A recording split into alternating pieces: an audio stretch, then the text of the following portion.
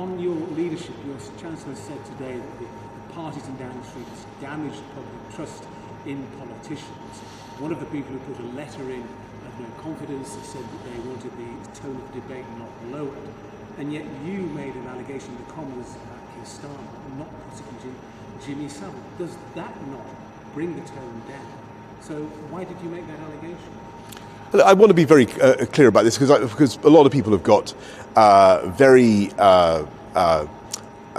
hot under the collar, and I understand why. Let's be absolutely clear. I'm talking not about the leader of the opposition's personal record when he was DPP, and I totally understand that he had nothing to do personally with those decisions. I was making a point about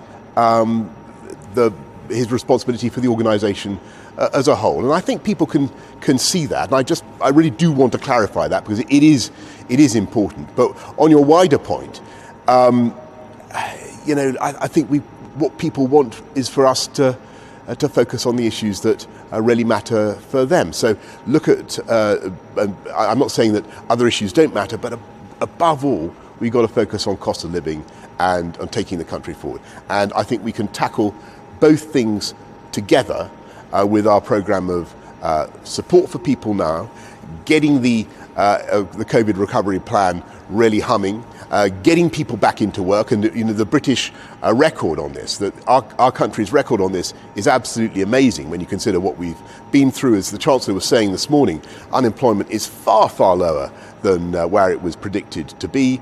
We've got record low youth unemployment. What we need to do now is really turbocharge that and put in the measures through levelling up. They're going to drive a long-term, sustainable, high-wage, high-skill, jobs-led recovery. The point about levelling up, we think there's talent everywhere. We want to unleash it. Again, on the issue of your character, the former Chief of the Defence said today, people look at you and they're not sure that they can trust you.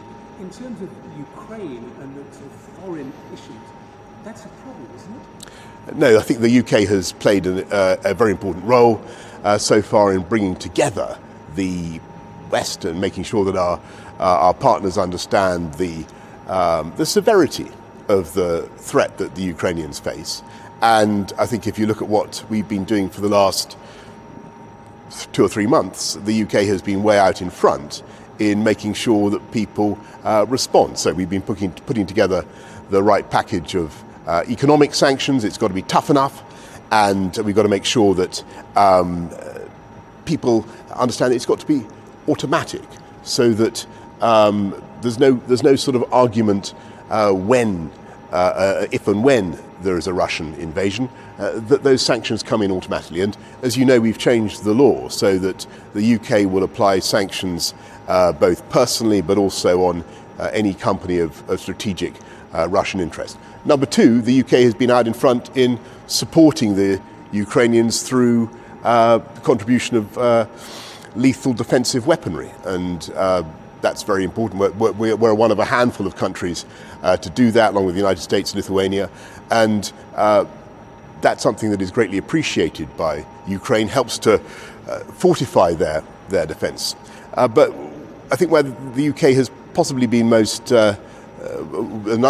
useful of all is in just trying to get over to the world what a tragedy it would be if such an invasion were to take place, and a tragedy for Russia as well. Thank you. Okay.